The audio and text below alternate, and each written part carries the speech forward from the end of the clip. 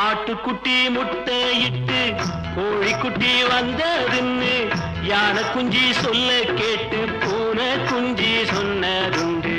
கதையில்ல சாமி இப்போ காணுது பூமி, இது மட்டும்தானா இன்னும் இருக்குது சாமி.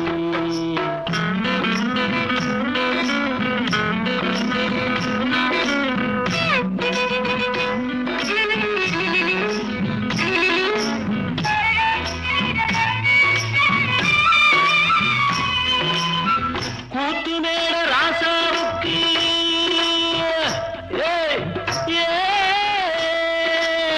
கூத்து மேல ராசாவுக்கு 102 பொண்டாட்டியா, 102 பொண்டாட்டியும் வாக்கு முட்டை போட்டதுவா.